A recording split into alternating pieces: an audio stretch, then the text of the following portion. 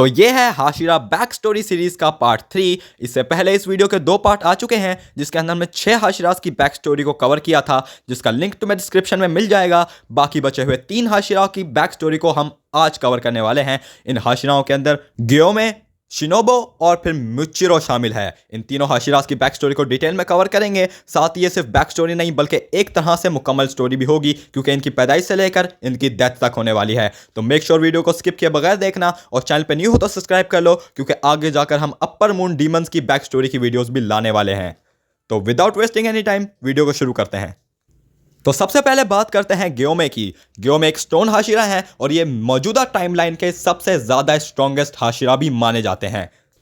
ग्योमे की back story कुछ इस तरह है कि ग्योमे जब पैदा हुए उसी वक्त उनकी मां मर गई थी। उसके कुछ ही अरसे बाद ग्योमे के फादर भी मर गए, जिसके बाद उन्हें एक टेंपल में भेज दिया गया और उनकी परवरिश टेंपल में की गई। टेंपल में उन्हें कोई खतरनाक बीमारी आ लगी, जिनकी वजह से उनकी आंखों की रोशनी चली गई, मतलब वो अंधे हो गए और वो अब देख नहीं सकते, इसीलिए उनकी आंखें सफेद हैं।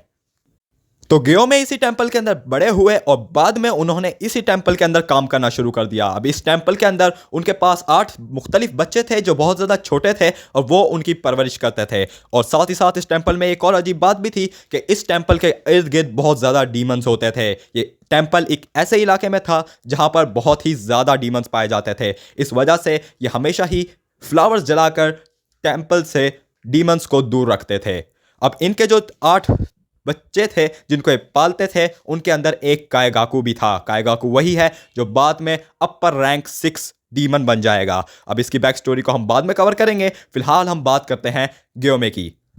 अब इस टेंपल के अंदर रहने वाला कायगाकू इस टेंपल में से पैसे चोरी करता था, मतलब वो यहाँ का चोर था। तो एक दिन वो चोरी करके यहाँ से भाग रहा था कि रास्ते में उसे एक डीमन मिल गया। उस डीमन ने उसे पकड़ लिया और वो डीमन उसे खाने ही वाला था कि कायगाकू ने उस डीमन को ऑफर की कि मैं तुझे टेंपल के अंदर तक एक्सेस दूंगा, यानी उन फूलों को हटा दूंगा और तू टेंपल के अंदर घुस पाएगा और वहां पर तू एक की बजाय 8 बच्चों को खा पाएगा। तो अगर तू मुझे छोड़ देता है तो मैं तुझे टेंपल के अंदर पहुंचा दूंगा। तो इस तरह कायगाकू की और उस डीमन की डील हो गई और कायगाकू टेंपल में आया और उसने सारे फ्लावर्स को हटा दिया और फाइनली वो डीमन अंदर आ गया। अब क्योंकि ग्योमे देख नहीं सकते थे, इसलिए देख ना पाने की वजह से उन्हें अपने बच्चों को बचाने में बहुत ज़्यादा मुश्किल हो रही थी और डीमन ने एक एक करके सारे बच्चों को मार डाला सिवाय एक बच्चे के। फाइनली एक बाकी बचे हुए बच्चे को ग्योमे ने अपने पीछे छुपा लिया और उस डीमन से लड़ाई शुरू कर दी। उस डीमन को ग्योमे ने मार डाला और इतने में वहां पर सुबह हो गई। अब सुबह जब टेंपल में दूसरे लोग आए तो उन्हें सारे लोग मरे हुए मिले और जो डीमन था वो रोशनी की वजह से उड़ चुका था। तो उन्हें लगा कि सारे बच्चों को ग्योमे ने मारा है, और ये उन्हें इसलिए लगा क्योंकि वो जो बाकी बचा हुआ एक बच्चा था उसने अपनी मेंटेलिटी ख़राब होने की वजह से, क्योंकि उसने इतना सारा खून वगैरह देखा था, उसका दिमागी तवाज़ुन थोड़ा ख़राब हो गया था, इसलिए उसने भी यही कह दिया कि ग्योमे ने ही सारे बच्चों को मारा है। तो फाइनली ग्योमे को जेल में डाल दिया गया और ग्योमे को सज़ाए मौत होने वाली थी। अब यहीं पर ग्योमे ने उन सबको बताया कि टेंपल के अंदर एक डीमन ने हमला किया था, मगर किसी ने भी ग्योमे की बात का यकीन नहीं किया।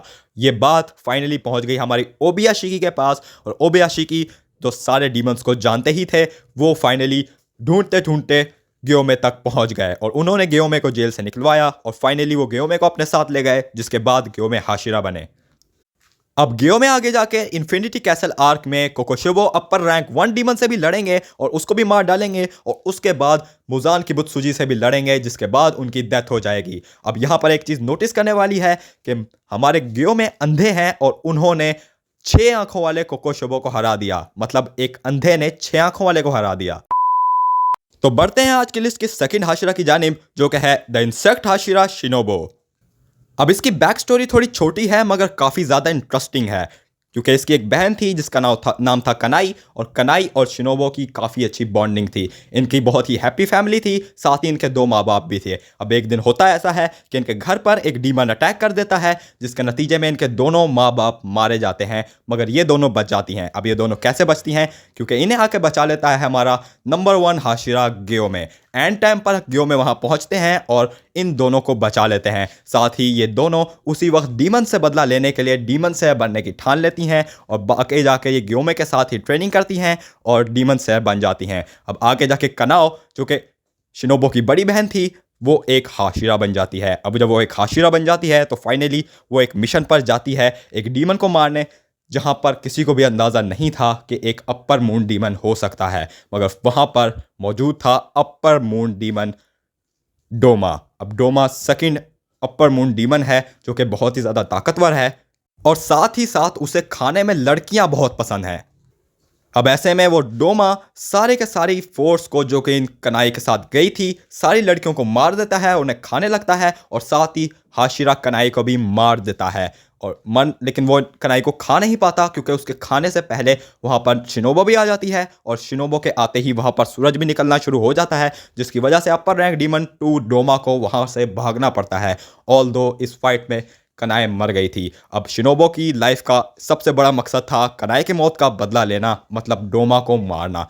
हम आगे जाकर यही देखते हैं। इन्फिनिटी कैसल आर्क में तुम लोग देखोगे कि हमारी शिनोबो डोमा से जाकर लड़ती है और एंड में खुद को सेक्रीफाइस कर देती है डोमा को और डोमा उसे खा जाता है। अब ऐसा करने में शिनोबो को एक बहुत बड़ी चाल थी क्योंकि वो जानती थी कि उसे उसकी लड़ने की स्किल्स इतनी अच्छी नहीं है कि वो अपर रैंक डीमन 2 को हरा सके, मगर एक तरीका उसको हराने का है कि अगर, क्योंकि डोमा को लड़कियां खाने में बहुत पसंद है और वो अपने आप को सेक्रीफाइस कर देती है, यानी डोमा उसे खा जाता है और अगर उसके अंदर जहर होता है तो डोमा डेफिनेटली मर जाएगा। जी हाँ, शिनोबो काफ़ी अरसे से डीमंस को मारने वाला जहर खुद खा रही थी और ये बात सिर्फ कुछ हाशिरास को ही पता थी। अब वो ये इसीलिए कर रही थी ताकि जब डोमा उसे खाए तो डोमा उस जहर की वजह से मर जाए और इसी तरह होता है। डोमा की मौत इसीलिए पॉसिबल हुई क्योंकि उसने शिनोबो को खाया था और शिनोबो पॉइजन थी। अब यहीं पर हमारी शिनोबो की बैक स्टोरी ख़त्म होती है और हम बढ़ते हैं अपने तीसरे और आखिरी हाशिरा की जानिब जो कि है हमारा मुचिरो तोकितो। अब मुचिरो तोकितो की बैक स्टोरी भी बहुत ही ज़्यादा इंटरेस्टिंग है। अब मुचिरो तोकितो एक मिस्ट हाशिरा है, साथ ही ये सारे के सारे हाशिराज में सबसे ज़्यादा कम उम्र हाशिरा भी है। साथ ही एक वाहिद हाशिरा है जिसने अकेले एक अपर मून डीमन को मारा है। साथ ही मुचिरो की एक और भी खूबी है कि हमारा मुचिरो अपर रैंक 1 डीमन यानी कोकोशोबो का रिलेटेड भी है। अब लोग कहते हैं कि ये कोकोशोबो का पर पोता है। अब इस तरह कैसे है ये मैं तुम्हें बाद में बताऊंगा किसी वीडियो में। फिलहाल अपने तोकितो की बैक स्टोरी शुरू करते हैं। अब इसकी बैक स्टोरी में इसका एक भाई था जिसका नाम था यूइचिरो। यूइचिरो तोकितो का जुड़वा भाई था और सेम टू सेम म्यूचिरो के सही दिखता था, मतलब म्यूचिरो और यूइचिरो। अब ये दोनों अलग अलग नाम हैं, इन्हें ज़रा गौर से सुनना। अब एक दिन होता ऐसा है कि इनकी माँ बहुत ही ज़्यादा बीमार थी और साथ बाहर ही बहुत ही ज़्यादा तेज़ तूफान भी आ रहा था। अब इनकी माँ बहुत ज़्यादा बीमार थी और इनका बाप बाहर उसके लिए जड़ी बूटियाँ लेने गया था। अब इस हालत में इनकी माँ की मौत हो जाती है और बाहर जो बाप जड़ी बूटियाँ लेने के लिए गया था वो भी एक पहाड़ से तूफान की वजह से गिरकर मर जाता है। मतलब हमारे मुचिरो और यूइचिरो ने एक ही दिन में माँ और बाप दोनों को खो दिया। अब जो यूइचिरो था वो थोड़ा बुरा लड़का था, मतलब वो एक गंदा बच्चा था। अब वो गंदा बच्चा था नहीं, लेकिन वो गंदा बच्चा होने की एक्टिंग ज़रूर करता था।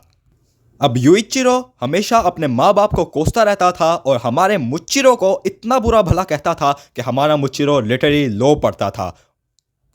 अब जैसा मैंने बताया कि ये दोनों कोकोशोबो के रिलेटेड भी हैं, तो इसी तरह ये किसी ना किसी तरीके से यूरुजी के रिलेटेड भी होंगे। अब यूरुजी वो बंदा था जिसने ब्रीडिंग स्टाइल्स को इजाद किया था और जिसने सन ब्रीदिंग इजाद कर कर मोजान को भी हरा दिया था। अब क्योंकि ये इनके खून में कहीं ना कहीं से सन ब्रीदिंग के असरात थे, इसीलिए ओबियाशिकी की बीवी भी अक्सर इनसे मिलने आया करती थी, मगर जब भी वो इनसे मिलने आती थी यूइचिरो उनसे बदतमीजी करता था और साथ ही उनकी बेइज्जती करके उन्हें घर से भगा देता था। मगर हमारा मुचिरो डीमन स्लेयर बनना चाहता था, लेकिन यूइचिरो उसे इस तरह का नहीं करने देता था। तो इन्हीं बातों के चलते इन दोनों के बीच में लड़ाई हो गई और यूइचिरो और म्यूचिरो ने एक दूसरे से बात करना छोड़ दी और साथ ही साथ ये गरीबों वाली जिंदगी गुजारने लगे। मगर फिर भी ओबियाशिकी की बीवी टाइम बाय टाइम इनसे मिलने आती रहती थी क्योंकि उसे पता था कि इनके खून में सन ब्रीदिंग है, जो अगर हमें वापस मिल जाए तो हम मोजान को हरा सकते हैं। अब गर्मियां आ गई और गर्मियों की वजह से रात को बहुत ही ज़्यादा गर्मी थी, जिसकी वजह से ये दोनों दरवाज़ा खुला छोड़कर रात को सो रहे थे। इसी के चलते घर में एक डीमन आ जाता है क्योंकि दरवाज़ा खुला था। अब वो डीमन इन दोनों को खाने आया था तो वो सबसे पहले हमारे मुचिरो पर अटैक करता है, मगर जैसा कि मैंने बताया कि यूइचिरो भी दिल का बुरा नहीं है। यूइचिरो सामने आ जाता है और ख़ुद को सेक्रीफाइस कर देता है। यूइचिरो का इसमें एक हाथ कट जाता है और साथ ही उसका बहुत ज़्यादा खून भी बह जाता है। ये देखकर मुचिरो बहुत ज़्यादा घबरा जाता है और ना जाने कहाँ से हमारे मुचिरो को गुस्सा आ जाता है, और जब हमारे मुचिरो को गुस्सा आता है तो मुचिरो उस डीमन को मारना शुरू कर देता है। लिटरली मुचिरो उस डीमन को पूरी रात घर से बाहर ले जाकर मारता रहता है, और इतना मारता है कि सुबह होने तक वो मार ही खाता रहता है। ऑल्दो इस सारी की सारी फाइट में हमारे मुचिरो को भी बहुत ज़्यादा चोटें आई थी। इनफैक्ट उसकी हालत इतनी ख़राब हो गई थी कि वो सुबह अपने घर तक वापस जाने के लिए भी उसकी बॉडी में एनर्जी नहीं थी। वो घसीट घसीट के अपने घर में वापस आता है। अंदर हमारा जो यूइचिरो है उसका बहुत ही ज़्यादा खून बह चुका था, जिसकी वजह से उसकी मौत होने वाली थी। अब इस पॉइंट पर इनमें थोड़ी सी सैड और इमोशनल बातें होती हैं। यूइचिरो बता देता है कि वो दिल का बुरा नहीं है, और वो हमारे मुचिरो से बहुत ज़्यादा प्यार करता था, और वो नहीं चाहता था कि डीमन स्लेयर में जाकर कोई डीमन हमारे मुचिरो को मार दे। इसीलिए उसने कभी डीमन स्लेयर कॉर्प में नहीं जाने दिया। बाकी हमारा यूइचिरो दिल का बहुत अच्छा था। इसी पॉइंट पे हमारे यूइचिरो की मौत हो जाती है और हमारा मुचिरो बेहोश हो जाता है। अब जैसा कि मैंने पहले बता रखा है कि ओबियाशिकी की बीवी अक्सर इनसे मिलने आती रहती थी, तो उस दिन भी ओबियाशिकी की बीवी इनसे मिलने आती है और वो ये सब कुछ देखती है। वो फौरन ही हमारे मुचिरो की मरहम पट्टी शुरू कर देती है, और वो देखती है कि यूइचिरो मर चुका है, और यूइचिरो का अभी तक हाथ हमारे मुचिरो में पकड़ा हुआ है। अब इस सारे सिनेरियो के बाद जब हमारे मुचिरो को वापस होश आता है तो उसकी याददाश्त जा चुकी थी, और उसे कुछ भी याद नहीं था। इनफैक्ट उसे अपना नाम तक याद नहीं था, मगर उसके दिल में एक बदले की ख्वाहिश ज़रूर थी, जिसे वो चाहकर भी भुला नहीं पा रहा था। अब इसीलिए वो एक डीमन स्लेयर बना। साथ ही वो सिर्फ 3 महीने के छोटे टाइम पीरियड में एक हाशिरा बन गया। अब इसके बाद हमारे मुचिरो की फाइट इन्फिनिटी कैस्टल आर्क के अंदर हमारे कोकोशोबो से होती है, यानी अपर रैंक 1 डीमन से, और उस फाइट में हमारा मुचिरो मारा जाता है। ऑल्दो कोकोशोबो हार जाता है और कोकोशोबो भी इस फाइट के अंदर मारा जाता है। अब कोकोशोबो और इसका क्या रिलेशनशिप है, ये मैं कोकोशोबो की बैक स्टोरी वाली वीडियो में डिटेल से बता दूंगा, जो वीडियो आने वाली है, जिसके लिए तुम चैनल को सब्सक्राइब करके रख सकते हो। साथ ही साथ इस वीडियो को एंड करते हैं। हमने सारे हाशिरास की बैक स्टोरी को कवर कर लिया है 3 पार्ट्स के अंदर। तीनों पार्ट्स की वीडियोस के लिंक तुम्हें डिस्क्रिप्शन में मिल जाएंगे। एक ये है, और इसके अलावा 2 पार्ट्स के लिंक डिस्क्रिप्शन में दे चुका हूं। तो वीडियो अच्छी लगी हो तो चैनल को लाइक कर देना, चैनल पे न्यू हो तो सब्सक्राइब कर देना, क्योंकि तुम लोग सब्सक्राइब तो बिल्कुल भी नहीं करते। साथ ही दोस्तों के साथ शेयर कर देना, और इस वीडियो को यहीं पर एंड करते हैं। Tata bye bye.